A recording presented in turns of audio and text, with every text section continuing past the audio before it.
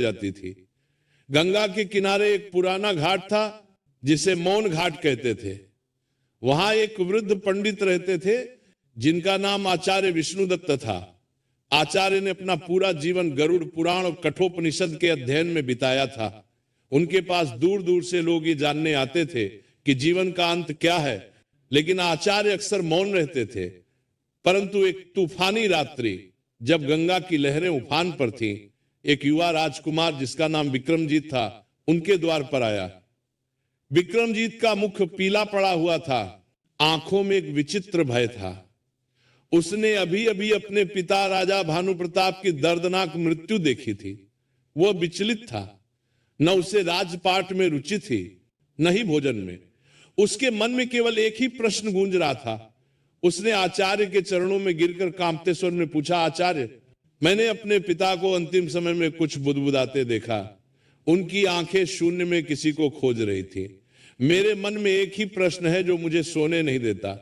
जब शरीर छूटता है, जब सांसें थम जाती हैं, तो वह जीव, वह आत्मा उस अंधकार में सबसे पहले किसे पुकारती है? क्या वह यमराज को पुकारती है, ईश्वर को, या अपने परिजनों को? आचार्य विष्णुदत्त ने दीप की लौ को शांत भाव से देखा। बाहर बादलों की गर्जना हो रही थी। उन्होंने राजकुमार को पास बैठाया और कहा, पुत्र, ये प्रश्न केवल तुम्हारा नहीं, सृष्टि के हर उस जीव का है जो मृत्यु से भयभीत है।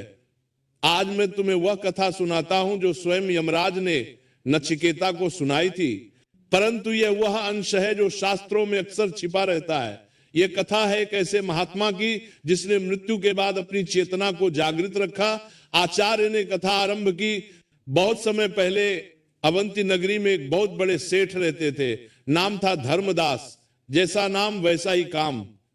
धर्मदास ने जीवन भर दान पुण्य किया, मंदिरों का निर्माण कराया, गरीबों को भोजन कराया। सारा नगर उनका गुणगान करता था। धर्मदास को लगता था कि जब मेरा अंत समय आएगा तो स्वयं स्वर्ग से विमान मुझे लेने आएगा। उनका परिवार विशाल था, 4 बेटे, बहुएं और पोते पोतियां। वो अपने सबसे छोटे पोते मोहन से अत्यधिक प्रेम करते थे। समय का चक्र चला और धर्मदास का अंतिम समय आ गया।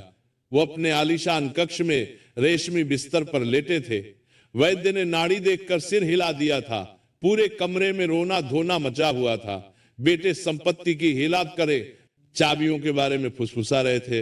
बहुएं रोने का नाटक कर रही थी और कुछ लोग सच में दुखी थे।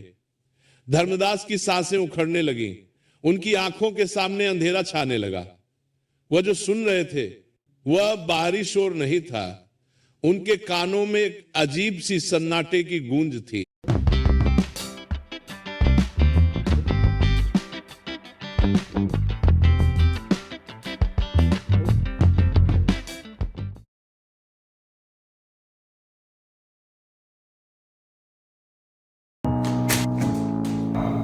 I'm nervous.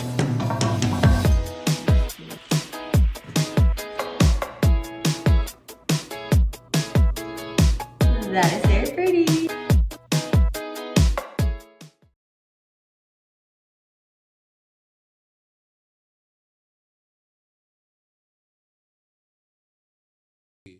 जैसे ही अंतिम सांस निकली, शरीर झटका खाकर शांत हो गया।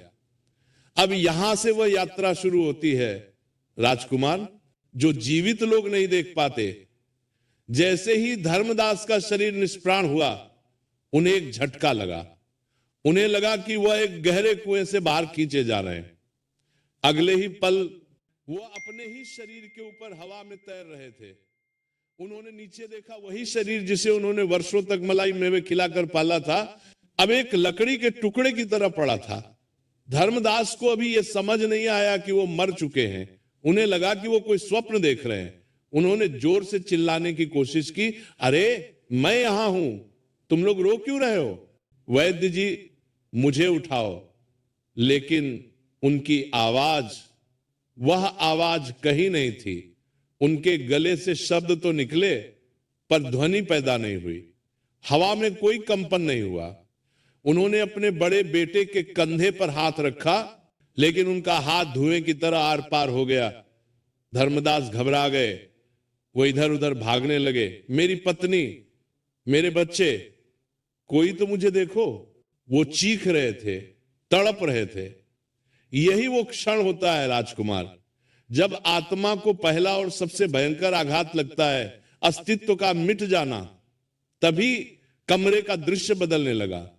जो लोग रो रहे थे, अब धर्मदास को उनके चेहरे भयानक दिखने लगे। उसे अपने बेटों के मन के विचार सुनाई देने लगे।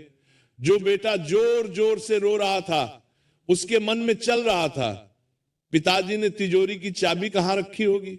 जिस पत्नी को वो प्राणों से प्रिय मानते थे, वो सोच रही थी अब घर की जिम्मेदारी अकेले कैसे संभालूंगी।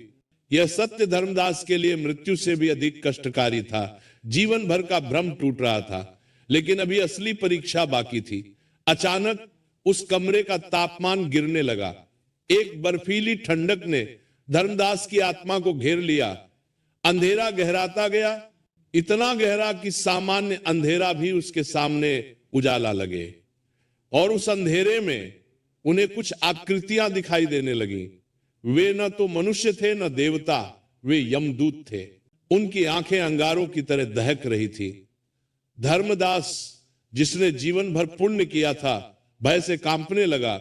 उसे समझ आ गया कि अब लौटने का कोई मार्ग नहीं है। इस घोर संकट, इस अकेलेपन और इस भयानक अंधकार के बीच जब सारे रिश्ते, नाते, धन, दौलत और शरीर पीछे छूट गया, तब धर्मदास की आत्मा ने तड़प कर एक पुकार लगाई, राजकुमार तुम क्या सोचते हो? उसने किसे पुकारा? उस समय धर्मदास को न तो अपना धन याद आया, न ही अपने बेटे। यहां तक कि उसने अपने इष्ट देवता का नाम भी नहीं लिया। उस चरम भय के क्षण में जब आत्मा शरीर से अलग होकर नग्न सत्य का सामना करती है, तो वो सबसे पहले ममता को पुकारती है। धर्मदास की आत्मा चीख पड़ी, मां। हां, राजकुमार मृत्यु के बाद उस घोर अंधेरे में जब जीव अकेला होता है, तो उसका पहला शब्द मां ही होता है, चाहे वो मनुष्य हो, पशु हो या कोई भी प्राणी। क्योंकि जब जीव पहली बार इस संसार में आया था, तो उसे सुरक्षा मां के गर्भ में मिली थी। अब जब वह इस संसार से जा रहा है और असुरक्षित महसूस कर रहा है, तो उसकी चेतना उसी परम सुरक्षा को खोजती है। लेकिन कहानी यहां खत्म नहीं होती। जैसे ही धर्मदास ने मां पुकारा, उसे लगा कि शायद उसकी मां जो वर्षों पहले मर चुकी थी, उसे बचाने आएगी, परंतु वहां कोई नहीं आया। केवल यमदूतों का अट्टहास गूंजा। एक यमदूत ने भारी और कठोर स्वर में कहा, हे जीव, अब न कोई मां है न कोई पिता, यहां केवल तेरे कर्म हैं। पुकारना है तो उसे पुकार जो सत्य है, क्योंकि रिश्ते तो शरीर के साथ ही जलकर राख हो जाएंगे। धर्मदास की आत्मा अब और भी अधिक भयभीत हो गई। अगर मां नहीं आएगी तो कौन बचाएगा? यमदूतों ने उसे पाश रस्सी में बांधना शुरू किया। वह सूक्ष्म शरीर जो अंगूठे के बराबर आकार का माना जाता है, उसे खींचकर ले जाने की तैयारी होने लगी। तब धर्मदास को अपनी एक गलती याद आई। एक ऐसा पाप जो उसने जवानी में किया था और जिसे वो पुण्य की चादर के नीचे छिपाता रहा था, वो पाप अब एक भयानक राक्षस का रूप लेकर उसके सामने खड़ा हो गया। उस समय धर्मदास की आत्मा ने दूसरी पुकार लगाई। यह पुकार मां के लिए नहीं थी, यह पुकार थी पश्चाताप की। मुझे एक मौका और दो, मुझे वापस जाने दो। वो गिड़गिड़ाने लगा, मैंने गलती की, मैं उसे सुधारना चाहता हूं। आचार्य विष्णुदत्त रुके और उन्होंने राजकुमार की आंखों में देखा। राजकुमार, आत्मा की यह तड़प सबसे पीड़ादायक होती है। जब वो देखती है कि जीवन भर जिन चीजों के पीछे वो भागती रही, सोना, चांदी, जमीन, वे सब यही पड़ी हैं, और जो साथ ले जाना था भक्ति और सत्य, वह खाली हाथ है। यमदूत उसे घसीटते हुए अंधकार मार्ग की ओर ले चले। यह वह मार्ग है जहां न सूर्य है न चंद्रमा, केवल तपती हुई बालू है और कांटों भरा रास्ता।